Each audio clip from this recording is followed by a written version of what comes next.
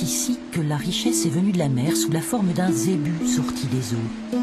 Depuis ce jour, le zébu est l'emblème de la royauté, le symbole de la puissance et de la prospérité. À Nosy Be, il y a beaucoup de zébus dans les champs et dans les rues.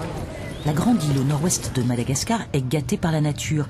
La perle de l'océan Indien est réputée pour sa douceur et sa beauté. C'est la destination malgache favorite des touristes français et italiens. Nosy Be est l'archétype de l'île paradisiaque où l'on peut tout trouver, tout acheter, pleine de vie, de foule, d'effervescence.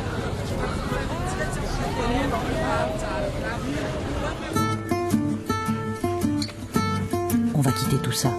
Nicolas nous emmène à l'aventure hors des sentiers battus. Il connaît un endroit où jamais personne ne va. Cap au sud, sur les îles Radam, dont le roi est, paraît-il, le roi le plus simple du monde. Seule façon d'y accéder, la mer. On va parcourir une centaine de kilomètres à bord de ce boutre de 10,50 m, l'embarcation traditionnelle pour transporter les marchandises le long de ses côtes.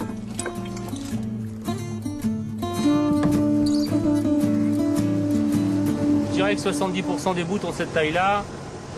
Son intérêt, c'est qu'il peut se faufiler partout. En fait, ça a très peu de tirant d'eau et ça va beaucoup plus vite qu'on imagine.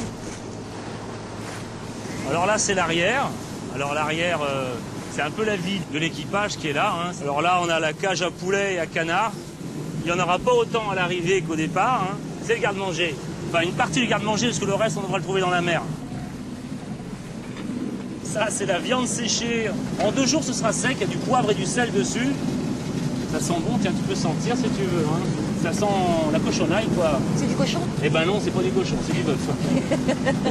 Mais bon, hein, enthousiasme les dents. Voilà. Et là, les toilettes. Alors, les toilettes, c'est des toilettes authentiques. Non, c'est vrai, c'est des toilettes de boutre traditionnelles. Voilà. Il y a juste un trou, quoi. Alors, c'est un trou. On a un paysage magnifique. On a un petit rideau. Hein, on a poussé loin. Hein. Hop. Hop, voilà, et à partir de là je me défais, démonstration, et là on est bien, ça se voit, hein. Voilà. Pour hisser la voile, les 4 hommes d'équipage sont indispensables. Le patron, lui, se régale déjà de partager sa passion pour cette région. Un peu pirate, le Nicolas. Cela fait plus de 20 ans qu'il passe sa vie à naviguer par ici. Alors les petites anses cachées, les villages inaccessibles, la langue, le peuple, il connaît et il s'y sent bien. J'aime la liberté. Pour moi, dans ma vie ici, elle est bien réelle. Il n'y a pas d'administration, de douaniers, de policiers, c'est quand même assez agréable. Un monde encore comme ça, maritime, où les cartes ne sont pas précises. C'est un monde... J'y suis attaché comme le paysan à son étable. Non, c'est vrai, c'est quelque chose de très profond, voilà. Pour moi, c'est mon pays, voilà, c'est mon pays.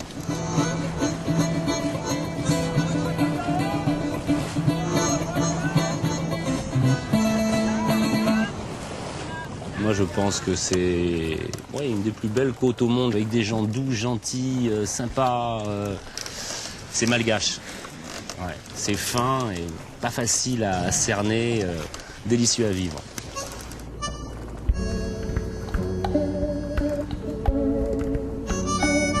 Ici, le temps s'est arrêté. Des dizaines de kilomètres de côte, avec de temps en temps un petit passage dans la mangrove, qui mène Dieu sait où. Faut connaître.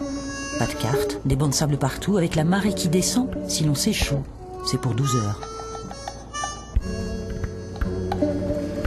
C'est sans doute l'endroit le plus compliqué d'accès dans la zone, en tout cas du bassin des Radam. On est au bout du monde, là. Ah, on est loin, on est au trou du cul, voilà. Encore un bon kilomètre à naviguer dans un dédale de verdure qui se resserre de plus en plus. On prévient qu'on est là, toujours sonner avant d'entrer dans ce nulle part du peuple sac à lave. Les non-natifs qui se sont aventurés par ici se comptent sur les doigts de la main. Alors ici, on est bienvenu parce qu'on considère ici qu'un étranger est malheureux parce qu'il n'est pas chez lui. Alors il faut faire quelque chose pour le rendre heureux. Et ils sont donc très gentils, extrêmement gentils et serviables.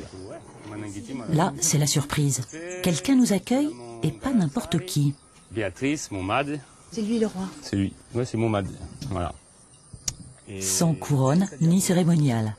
Le roi Momad, premier du nom, est en costume des champs.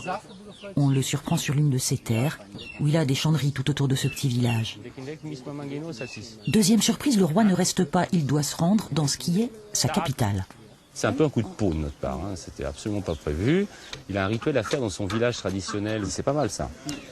Du côté tradition, Dieu est avec nous. De toute façon, avec lui, on risque pas de l'avoir contre nous seuls. Hein. Le roi, c'est Dieu. Ah bah c'est l'intercesseur, c'est son envoyé spécial quand même. Hein. Envoyé spécial. De Dieu sur terre. De Dieu sur terre, dans la région. Il y en a plusieurs, parce qu'on peut pas avoir les dieux partout quand même. On va donc reprendre la mer pour se rendre à ce rituel en bénissant le ciel. Destination Ambatofotz, le village royal posé au bord de l'eau. Le royaume de Momad s'étend sur une 60aine de kilomètres tout autour des îles Radam. En tout, 4 à 5 000 personnes vivent dans des petits villages disséminés dans la nature, 2 maisons par-ci, une dizaine par-là.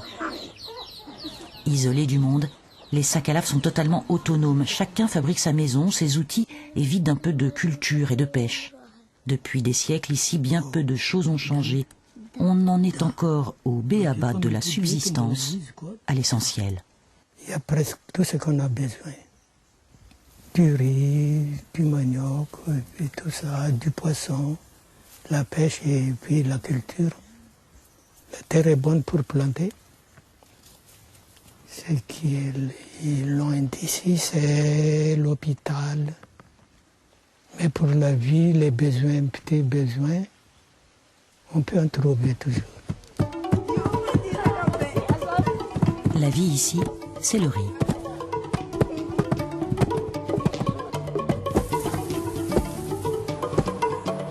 Ça y est, Momad est arrivé.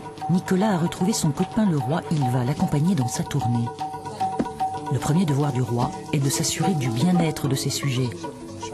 Quand ils sont contents, il est heureux. Quand ils ont un problème, il est soucieux. Il est partout, à écouter, conseiller, encourager. Toujours cool est le mot qu'il faut, notre ami le roi. Son palais est une maison comme les autres, mais avec un toit de tôle.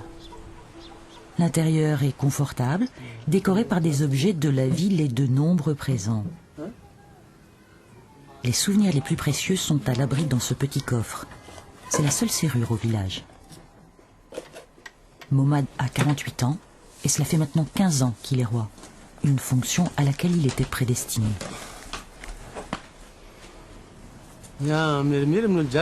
Quand j'étais petit, j'étais comme tous les autres enfants.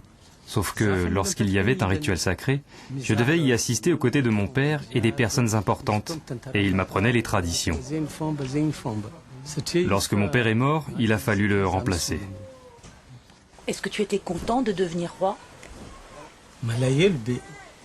J'ai été très malheureux. Est-ce qu'il y a donc 30 et 35 ans? Oui, j'avais 35 ans.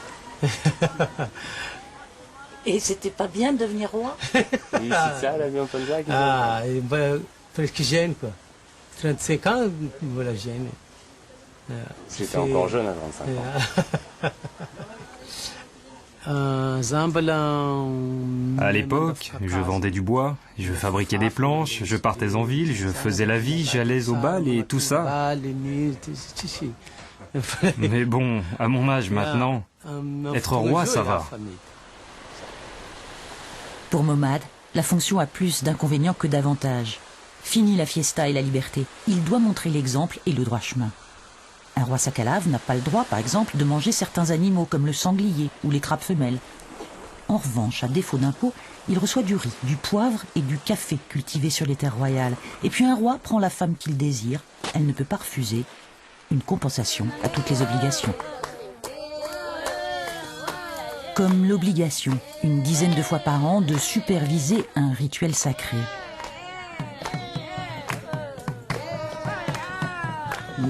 Là-bas, c'est le Mitaï. C'est un sanctuaire sacré dans lequel il y a des reliques, les souvenirs des rois d'il y a très longtemps. C'est un peu comme une église pour les Blancs. Eux, ils disent église. Nous, on appelle ça Mitaï. Ce qui se passe aujourd'hui, c'est qu'on enlève toute la vermine. Les parasites, les mauvaises herbes, tout ce qui est là devant nous et à l'intérieur de l'enceinte du mitaï. Le rôle d'un roi Sakalave est principalement spirituel. Il est entouré d'un premier ministre et d'un astrologue, et en tant qu'intermédiaire entre Dieu et son peuple, il gère le quotidien dans le respect du divin, des astres et des ancêtres. Chez les Sakalaves, il faut absolument qu'il y ait quelqu'un qui soit au-dessus des autres. Et c'est le roi qui est au-dessus de tous les Sakalaves. C'est vraiment la tradition ici. Je sers à ça. Par exemple, si quelqu'un veut célébrer quelque chose, il me dit « Viens chez moi pour honorer l'événement de ta présence ».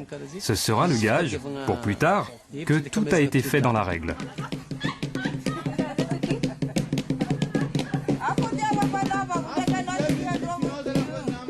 Le roi, c'est un peu, pour les gens ici, c'est quelqu'un qui est un peu un porte-bonheur, un peu comme les curés dans nos campagnes autrefois, où il faisait bon partager le souper avec lui. Le roi porte-bonheur. On dit qu'il est parfumé, c'est-à-dire que c'est délicieux, les paroles qu'il prononce, sa présence rendent les moments charmants comme un parfum. Et donc c'est quelqu'un qui est un bon compagnon. Il est sympa, le roi. Ouais, il est sympa, le roi. Dans le village de Momad, la vie s'écoule tranquillement, sereinement et dans la bonne humeur. Pourtant, tout n'est pas rose au pays du porte-bonheur. Même sans téléphone et électricité, on sait qu'à 2 jours de pirogue, il y a Nosibé, la grande ville, la modernité et son confort. Ici, on est loin de tout. On ne peut pas s'en sortir parce qu'on n'a pas de moyen de transport, pas de route qui vient jusqu'à nous. Alors à cause de ça, les jeunes n'ont pas envie de rester au village. Ici, les gens travaillent dans la mer. Mais quand tu reviens avec une bonne pêche, tu ne peux pas aller la vendre. S'il y avait un moyen pour emmener ce que l'on pêche, on pourrait gagner un peu d'argent, régulièrement, un peu tous les jours. Un projet, un rêve, que souhaite en priorité le roi pour son peuple. Ce que j'aimerais vraiment, si je pouvais demander ça à Dieu, ce serait que notre village prospère, que tout le monde puisse avoir une belle maison. Je ne dis pas en pierre ou en ciment, mais au moins une maison en tôle, comme dans les grands villages. Oui, ça me ferait plaisir que ça devienne un village comme ça. Un jour peut-être, quand Nicolas reviendra voir son copain le roi, il y aura des maisons en tôle, des zébus, symbole de richesse, une grande route pour relier les Radam au 3e millénaire. Mais aujourd'hui encore, quelque part à Madagascar, il reste un petit royaume bien caché dans la nature, au cœur du pays Sakalave. On y rencontre des enfants tranquilles, une très jolie princesse et un roi sympa, toujours heureux quand ses sujets sont heureux.